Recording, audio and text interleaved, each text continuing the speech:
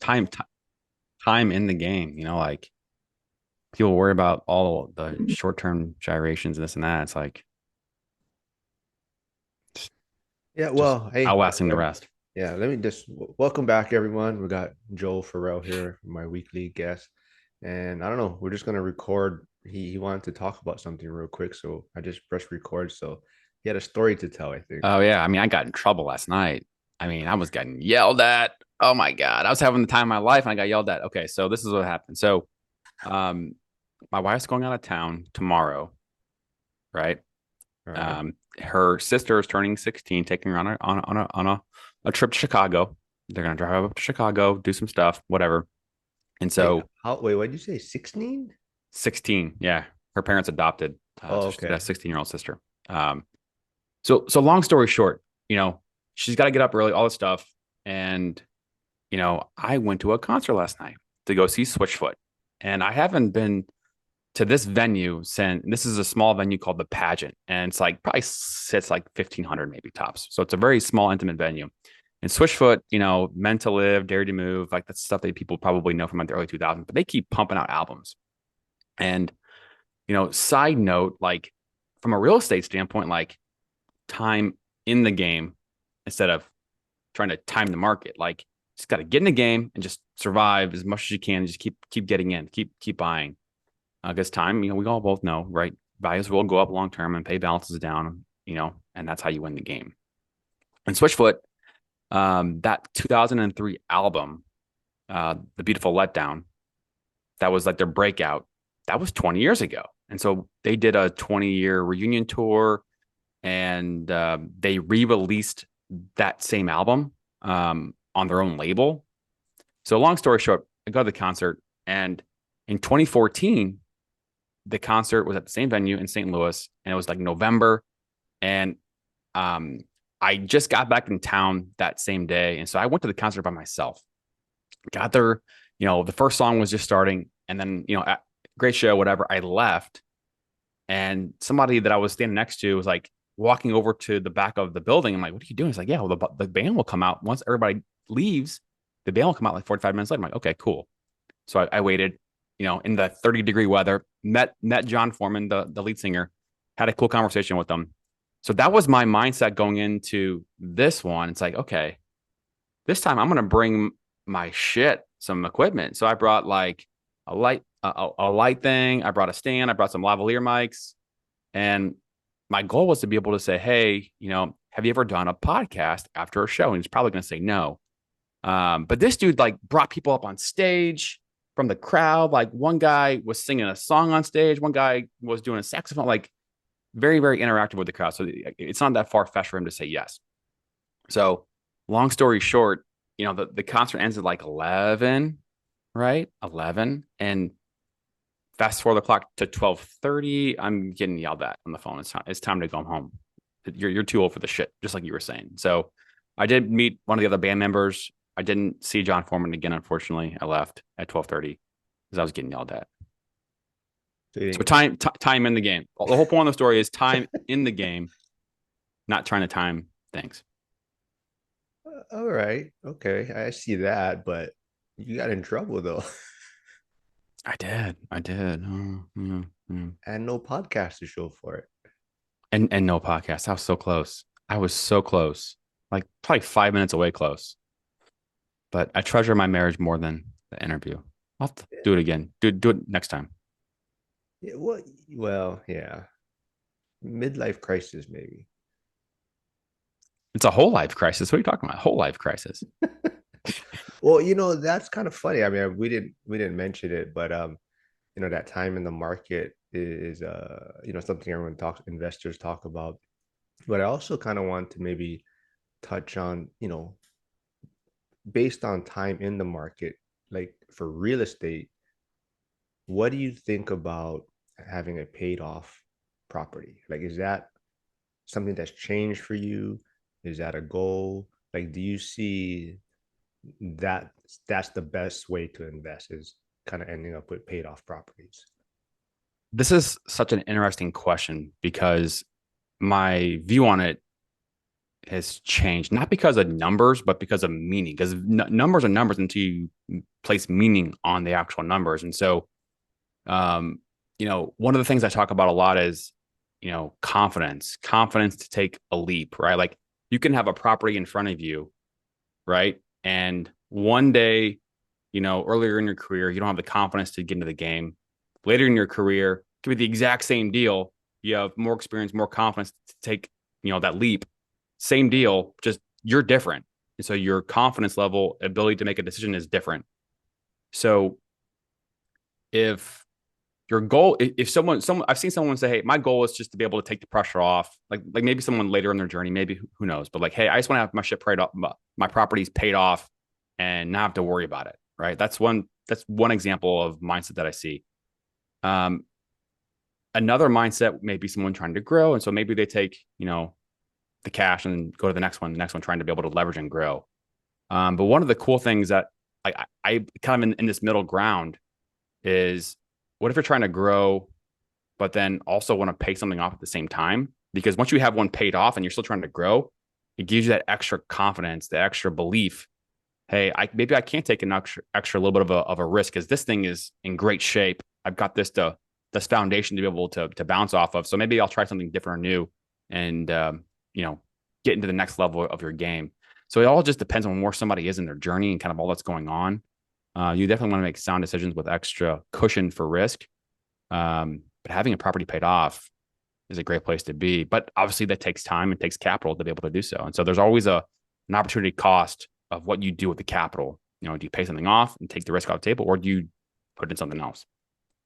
Yeah, exactly. I think my viewpoint has changed quite a bit. It's always changing. Like you said, it kind of depends where you're at. And so yeah, so like let's say someone was to give, or inherited, $500,000 right now. Would you probably look to pay off a property or reinvest or invest in something?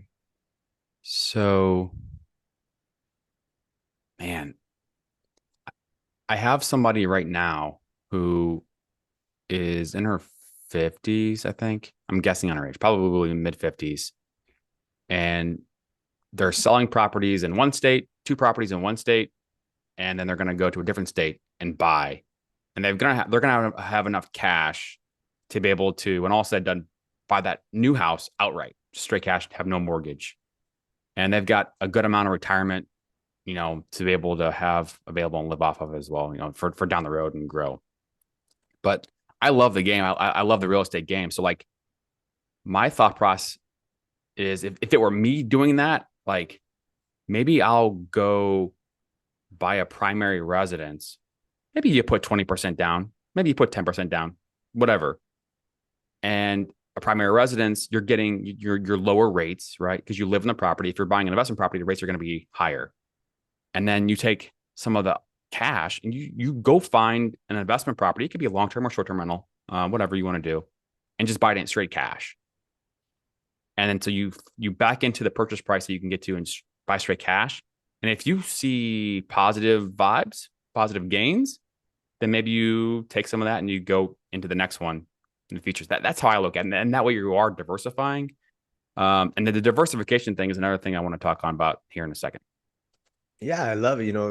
That's exactly kind of where I was headed, because I had a great conversation with Kevin Rappert. I don't know if he's in the fantasy league we're in, but the self-storage Oh yeah, yeah, yeah. renters. Yeah, he's a super cool guy. So I interviewed him yesterday, and yeah, so he, transitioned from a single family rental he had, and he took the proceeds and got a self-storage, paid for it all cash. So now, like you said, you can kind of test the waters, get your systems in place without worrying about the debt on the property or having to make these additional finance payments, and you're just kind of getting this property or this investment profitable. And I think that's a great way to look at it too, is you can get a paid off investment property and now kind of test the waters and see if that's what you want. I think that's what I'm looking at too, is maybe getting into a BRRRR or short-term rental, and like you say, put down a lot of cash or buy it outright with cash, and then kind of see if you can make it work. And that's kind of where I'm at, where I want to see if I can do a short-term rental remotely, I guess, from a distance. That's one thing. But now talking to Kevin about self storage, I'm kind of like, it's very interesting what he brought up and the reasons he went down that path and why he transitioned from single family homes and multifamily homes to self storage.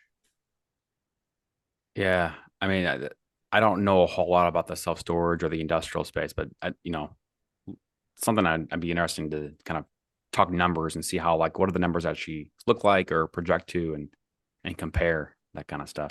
Yeah, I loved a lot of the things he mentioned and why he chose self-storage. And he just felt like single family homes, you got to deal with tenants. And a lot even just evicting them is a process, where like self-storage, it's basically, if the person doesn't pick up their things in so many days, you can get rid of it, or auction it off, or you know you don't have to go through this whole process to really get rid of a client or a tenant, I guess. So yeah, it was very interesting, man. He's super knowledgeable on it. Yeah. So if you were gonna just throw a dart in a direction on the map and you're gonna go buy a property from afar and then try to manage it short term rental, and let's say that you had the capital, and just wanted to take a shot, like what's the first place that comes to mind that you would want to do that? I would probably still go, probably in Pittsburgh, just because I have ties there, boots in the ground in a sense. So that's kind of where I would look first, or North Carolina, South Carolina. But I think So Pittsburgh your is, next, so your second or third option would be Carolinas. oh yeah, yeah.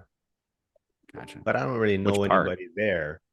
Um, I have to do a little more research. I mean, I like my friends. A couple of my friends have short-term rentals in Charleston, and they said it's doing well. So, Yeah. but they do have a manager for it. Yeah. So Yeah. I mean, we actually just published an episode um, with a client in front of mine, Brittany Alexander, and her and her husband are doing stuff in Outer Banks, North Carolina. They've been scaling over there, and one of the things that stands out from like a actual strategy from kind of like hacking the guidelines. They both have and had strong jobs, strong income, and what they did is they purchased properties in their name individually, and just kind of went back and forth. Husband bought it in his name, wife bought that in their name. Just that way, when you buy the next one, you know it's you don't have all the loans in both people's names, and sometimes it can make it more complicated in terms of qualifying. So they just did it individually and kind of stagger back and forth, and timing wise too. That way, you want one of the properties by the time that the one person is buying the next one, it's you already have enough time in between that you have a tax return filed that shows the rental income. So that's from a residential standpoint. That was just one of the things that stands out on that. But like, yeah, Wilmington, I know, is a little bit of an area yeah, that's got some stuff. Obviously, you yeah. got your Raleigh and Charlotte that's got some pockets that are good for Oh it. yeah, I love Charlotte. Charlotte's a cool place. Yeah. So I guess, going back to time in the market, Mm-hmm. like, I guess we kind of, who's that? I was talking, oh, Hugo, I was talking about too. And sometimes, people feel they're too old to get started. Sometimes they look at it like where they're at, maybe they're in their 50s, and they're just like, oh man, there's no point in, investing now or starting now because it's too late for me. I hear a lot of people say that. What do you think about that? I mean, like it depends, right? Like there's kind of different strategies and ranges of examples. Like my buddy Duck Lee on the podcast. I mean, he scaled to 200 and something units in like 3 years in Illinois, and like he just retired from his job. That was after literally 3 years. I mean, obviously that was during COVID, so there were some unique factors going on in the markets. And like your example, I mean, you were able to scale to 13 units in 3 years or whatever. Like that's massive. That's like mind blowing to do that, right? Like obviously right now it's harder and harder for people to be able to find a deal or maybe even qualify with prices and rates where they are. But at the same time, like there's such low demand, relatively speaking, that there's not a lot of competition to be able to find deals. I mean, so like I feel like if you are out there hunting, like you can do it for sure and do it fast. If it's a priority, Yeah. if you've got a job and maybe you got other responsibilities going on and it's not really a huge focus to spend a lot of time on it, there's still ways to be able to make it worth your while if your expectations and your time horizon is allocated correctly. So like if you're 50 years old and you have no rentals and you just buy one a year and you get 10 over 10 years, like that's massive. Like it may not seem like a lot, but that's a massive opportunity to be able to build wealth, have stuff build, and then by the time you're 65, potentially, or maybe even before that, like you got alternative sources not only of revenue but assets, and you're diversified. Back to the diversification. Yeah. Yeah. Not even 10 rentals. I mean, what if you just got like four, right? And then you figure, in 10 years, those four rentals are, let's say each one is by that time is cash flowing maybe $500 each, $600 each. So you're talking about over, $2,000 extra a month, you're bringing home. And for a lot of people, I mean, that's life changing, as far as helping with expenses and just, a better retirement.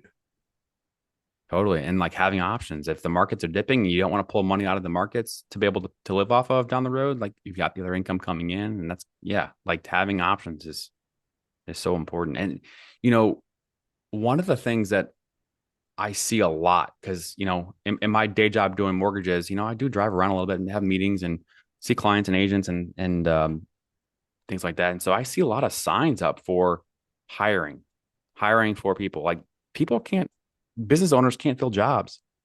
And as I've kind of gone down, as we've been kind of going down this path of podcasts and social media and all this stuff, like, there's so many people that are doing things creatively to be able to generate income and doing things differently. And I feel like as a small business owner, and there's some small business owners that I'm talking to right now and kind of consulting about ways to be able to kind of take their social media platforms to the next level and also bring in their employees, um, to be able to incentivize them to not only believe in the company and believe what the mission is, but also to make extra money. Like for example, um, a coffee shop that's got a great following, no merch, has no merchandise, has no Instagram, or they do, but there's no interaction, no stuff putting out there.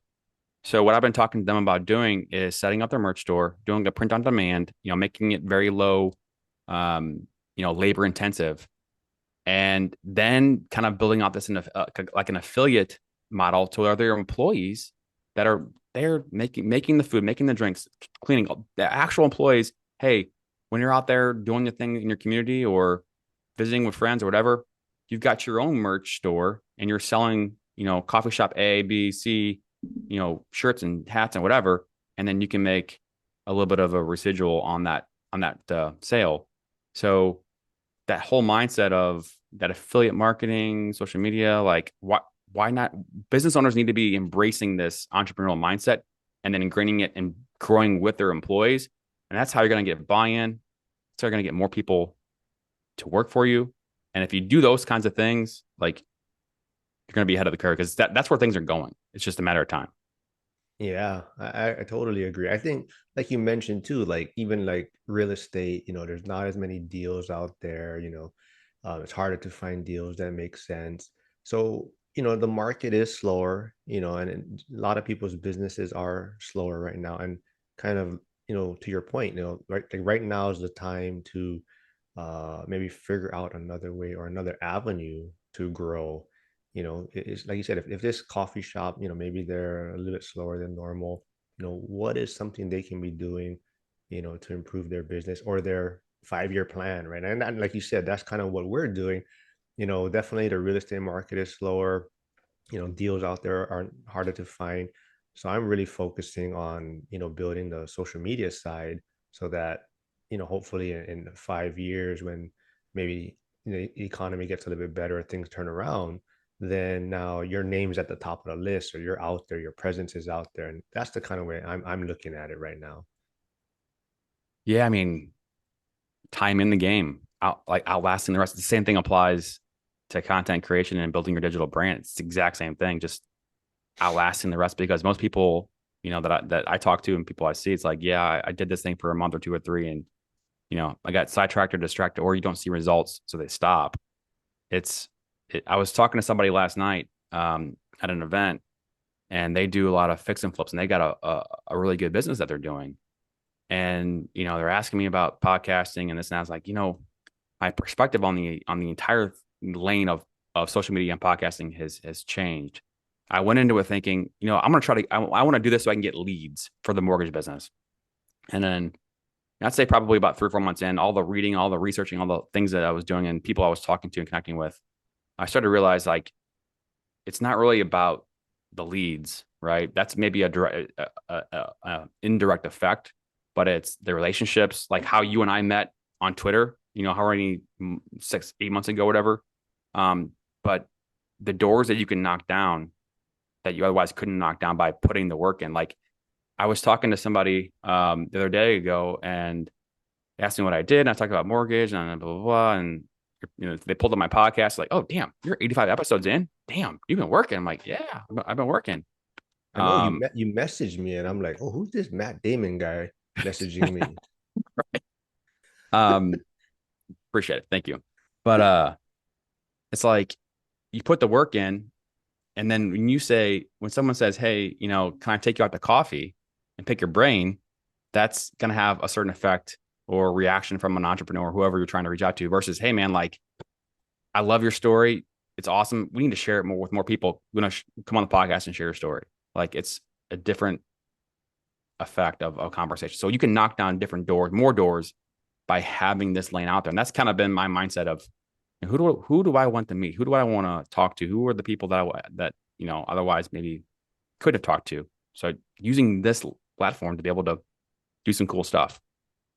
Yeah, even make a fantasy football league, and Yeah, I don't know if you fixed your team yet, but I did. My guy went off last night. oh, who'd you have? Devontae. Oh, okay. That's the only guy I know on my team Who are you because he was playing this he. week? Who am I playing? Yeah, I looked at because I think it's Thursday, right? So I only Yeah. had one player playing, and he didn't have anybody playing. So right now I'm winning, Oh, wait, and I looked at the Devontae went off. projected points, and it's like 165. I'm like, oh man, I'm gonna win this week. I got a great start. And I looked at his projected points; it's like 170. Like, oh shoot, this isn't gonna work out well. Did you Eh, get my message? Are you gonna be in Vegas in February? I did not see the message. What? Uh, No, no. that's when the one rental at a time. Michael Zuber's having his kind of party or celebration for hitting 50K subscribers on YouTube. No So shit. yeah, so I should be in Vegas in 17, around 17, 18, 19. Okay. Yeah. And if you win, you can create your own little trophy, showcase it Yeah, out there. yeah. We'll get a belt too. We'll get like a wrestling belt, Yeah. whoever wins. And next year we gotta do a live draft or something and then put it on spaces or something. Yeah. That would be fun. But Zuber hit 50K. Yeah. Holy shit. Yeah. So that's like I mean, he's gonna have speakers and all types of things, and but yeah, he's just kind of a party for the community to get to know each other and maybe meet in person for the first time for a lot of people. Yeah. That's badass. How Yeah. how long has he been at the YouTube side? Like how long has he been working on that stuff? Oh, I don't know the exact numbers, but you gotta hear his story is amazing, and it's not, you know, everyone has their own path, and everyone's gonna kind of figure out what works best for him.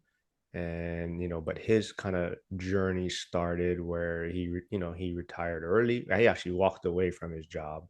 He kind of didn't agree with maybe management or what, and he said, I'm out, and he left, and he enjoyed it for a little while, and then he kind of just got bored, and so that's why he kind of started the YouTube. And at first, like he said, he was, I mean, he is probably, I don't know the exact number, but I want to say he's at 12,000 videos or something, because he Jesus. he puts out he was putting out like 10 videos a day.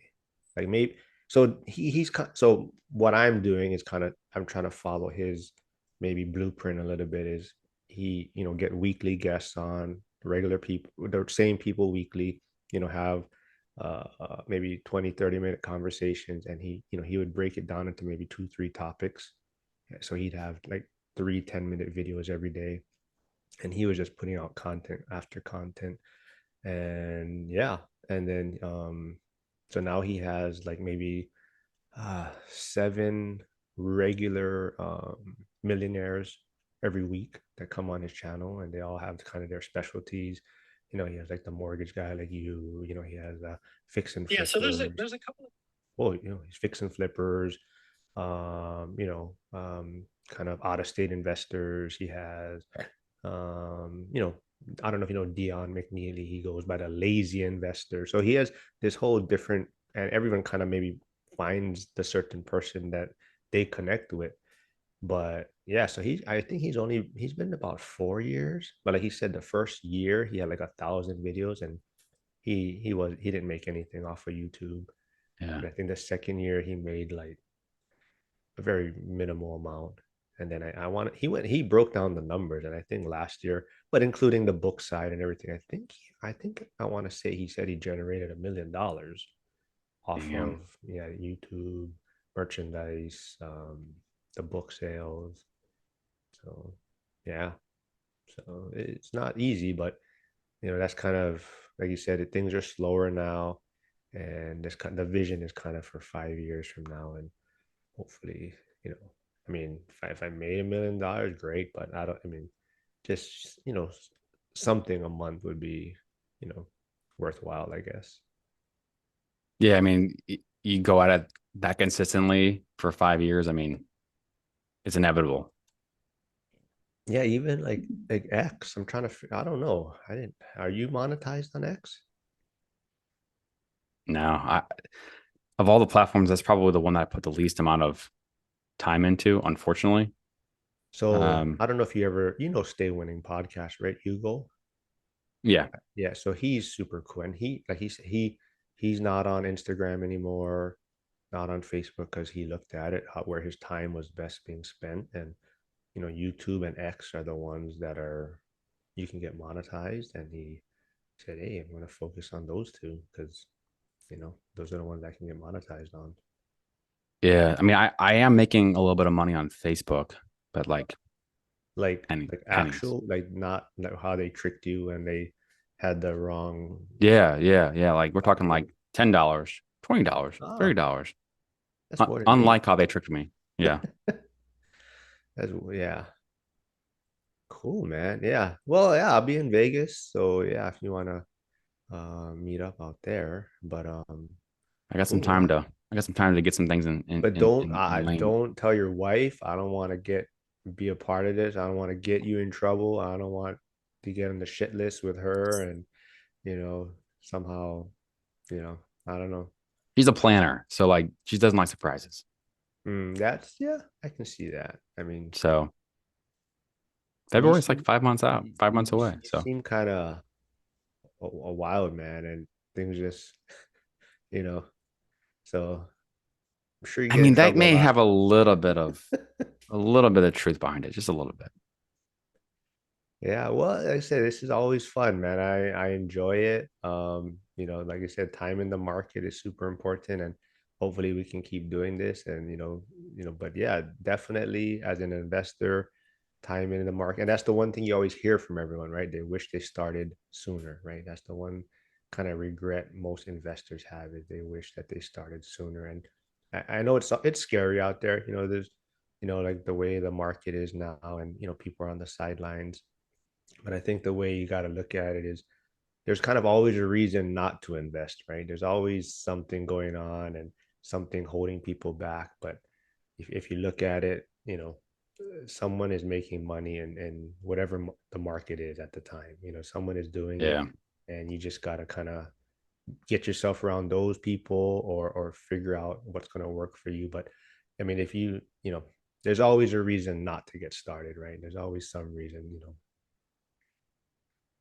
It just takes one.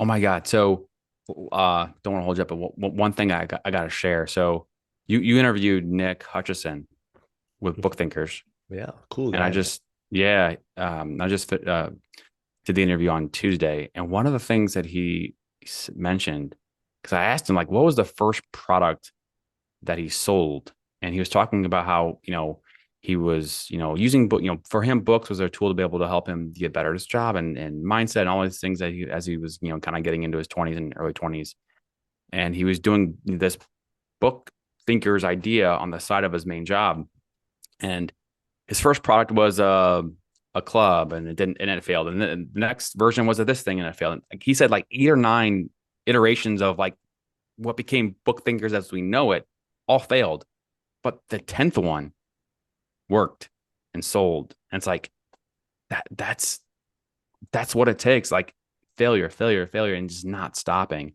Entrepreneurship's not for everybody, but if you have the ability to keep going in the face of adversity and not stop until you get there, then it's clearly for you. And the sky's the limit, for that kind of stuff. It's funny you mentioned it. Maybe we can talk about this a little bit more next week. But I did see a tweet about this. I guess it's called a tweet or what, but today, and it was based on that. It was just how, and I don't know if there's numbers to back it up, but it was talking about how a lot of athletes or former athletes are great entrepreneurs because they've dealt with failure quite a bit. Going playing sports or being an athlete, a lot of times you're gonna fail more than you succeed, right? Like they talk about, baseball. If you bat 300, you're an all-star or almost a Hall of Famer, and that's basically you're failing 7 out of 10 times, right? So, yeah, I found that interesting. And it's funny you brought that up. Yeah, it's so true. I mean, like it doesn't even have to be professional. I mean, you could be, you know, all-star, college all-American badminton player or Or Missouri baseball league strikeout king or record holder or that's something, right? Or right. what you That were. MSBL men's senior baseball league, yeah, right? Like competition in any form, I feel like is so important for kids. It's important for adults, like dealing Is with your losing. record still standing? Or you- I haven't been around in a while, so I don't know. I don't know. But it, uh, it did stand for a while. I know that for sure. I don't know what it is right now, but you know, I think I held the record for strikeouts and walks. So I just got to throw that out there. Like the Noah Ryan of yeah, men's league okay. baseball. All right. Well, cool. Yeah, we'll figure out something interesting to talk. Maybe we'll bring up your athletic career next week and talk about that and break that Yeah. down. Ooh. Or we can talk about if you win this week in fantasy football. Yeah. My expectations are pretty low. So, All right, man. Well, thanks for coming on again. It's always fun. And yeah, we'll do it again next week, man. all right. See you, Cheers, Mark. man. Bye. Bye.